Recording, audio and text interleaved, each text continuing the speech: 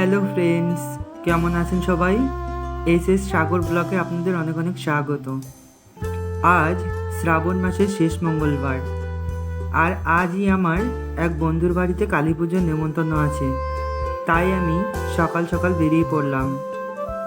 দেখুন বৃষ্টি হয়ে চারিপাশটা কতটা সুন্দর হয়ে গেছে।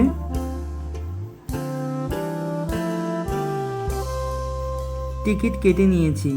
আমরা এখন বারাসাত স্টেশনে আছি। আমরা বারাসাত স্টেশন থেকে বনগাঁ লোকাল কিংবা হাবড়া লোকাল ধরে হাবড়াতে গিয়ে নামবো। আজ ট্রেনেও খুব ভিড় আছে। যতই হোক বনগাঁ লোকাল তো একটু তো ভিড় হবেই।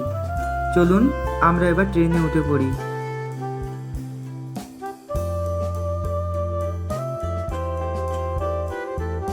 আমরা যথাসময়ের মধ্যে হাবড়া স্টেশনে পৌঁছে গেছি। আমরা স্টেশন থেকে বেরিয়ে কিছুটা সামনের দিকে এগিয়ে এলাম, যেদিকে বাজারটি রয়েছে, আর সাথে আছে আমার ভাই। চলুন আমরা একটু সামনের দিকে এগিয়ে যাই। মায়ের কাছে পুজো দেওয়ার জন্য আমাদের ফুলের মালা কেনা বাকি ছিল, তাই আমরা ফুলের দোকান খুঁজছিলাম। অবশেষে আমরা একটা ফুলের দোকান দেখতে পেলাম। গিয়ে দেখলাম এখানে অনেক ধরনের মালা আছে, কত সুন্দর সুন্দর, কিন্তু আমরা খুঁজছিলাম জবা ফুলের মালা। অবশেষে আমরা মায়ের জন্য দুটো জবা ফুলের মালা নিয়ে নিলাম। দেখুন কতটা সুন্দর লাগছে দোকানটা দেখতে।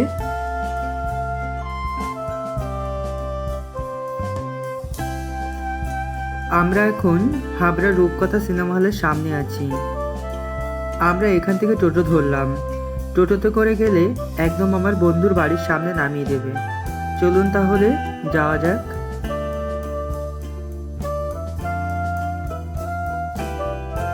অবশেষে আমরা চলে এসেছি আমার বন্ধুর বাড়িতে। দেখুন কত সুন্দর করে সাজিয়েছে। এখনো মাকে আনা হয়নি, একটু পরে আনা হবে। এই যে ইয়েলো টি শার্ট পরে আছে, এই বন্ধুর বাড়িতেই পুজো হচ্ছে। আর এই যে আমরা সবাই। এরপরে আমার বন্ধু ঠাকুর আনার জন্য রেডি হচ্ছিল। ও এই প্রথমবার পাঞ্জাবি পরলো।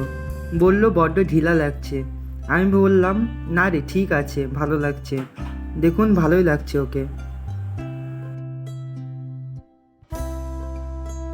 এরপর সবাই বরণডালা নিয়ে বেরিয়ে পড়লো ঠাকুর আনার জন্য। আমরাও চললাম সাথে। চলুন তাহলে আমরাও গিয়ে ঠাকুরটা নিয়ে আসি। খুবই মজা হয় এই সময়গুলো, আর এই সময়গুলোকে যদি স্মৃতির পাতায় ধরে রাখা যায় তাহলে তো অসম্ভব ভালো লাগে।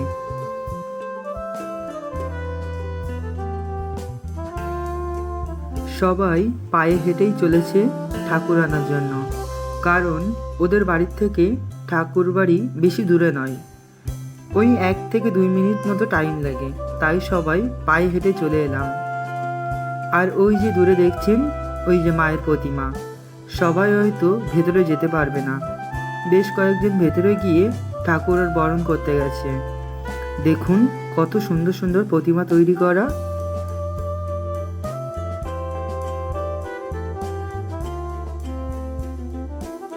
একে একে মায়ের প্রতিমাগুলো গাড়িতে তোলা হলো, আর সাথে বাজছে ঘণ্টা কাসরের ধ্বনি, যেন এক অন্যরকম অনুভূতি। দেখুন মায়ের প্রতিমাগুলো কতটা সুন্দর লাগছে দেখতে, যেন মনটা ভরে যাচ্ছে।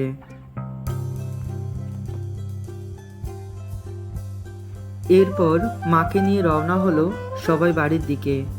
আমরাও সবাই পিছু পিছু হাঁটতে শুরু করলাম, আর সাথে ঢাক ঢোলের আওয়াজে যেন এক অন্যরকম পরিবেশ সৃষ্টি করেছে। মায়েদেরকে নিয়ে আসার পর তাদেরকে নির্দিষ্ট সিংহাসনে বসিয়ে দেওয়া হলো। দেখুন জায়গাটি কতটা পরিপূর্ণ লাগছে এবার, আর মায়ের মুখগুলো যেন এক অন্যরকম শান্তি বিরাজ করছে। আমার তো খুবই ভালো লাগছে। আপনাদের কেমন লাগলো আপনারা অবশ্যই কমেন্ট করে জানাবেন। এরপরে ঠাকুরমশাইরা একে একে পূজার আয়োজন শুরু করলো। একটু পরেই পুজো শুরু হয়ে যাবে। দেখুন ওনারা কতটা সুন্দরভাবে আলপনা দিচ্ছে। মনে হচ্ছে মায়ের সামনে যে মূল ঘরটি বসে ওখানেই বসবে।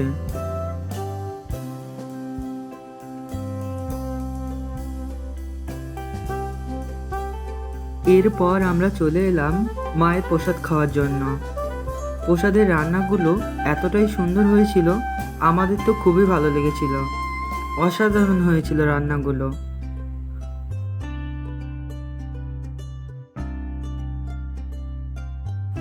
প্রসাদ খেয়ে আসার পর আমরা মাকে দর্শন করলাম। দেখলাম ঠাকুরমশাই মোটামুটি পূজার কাজ শুরু করে দিয়েছেন, কিন্তু আমাদের এবার ফেরার পালা।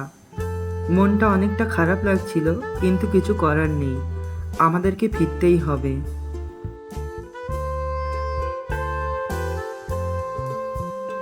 এখন মোটামুটি রাত 11টার মতো বাজে। আমরা হাবড়া স্টেশনে চলে এসেছি। খালি ছিল মোটামুটি সব কিছুই। চলুন এবার ট্রেনের অপেক্ষায়। চলে এসেছে ট্রেন। আমরা এবার ট্রেনে উঠে আমরা আমাদের গন্তব্যে যাই। ট্রেন যে এতটা খালি থাকবে আমি বুঝতেই পারিনি। দেখুন, কেউই নেই তেমন।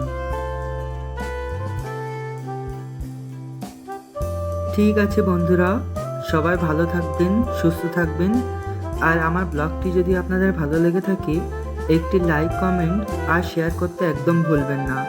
দেখা হবে পরবর্তী আরেকটি ব্লগে। Thank you.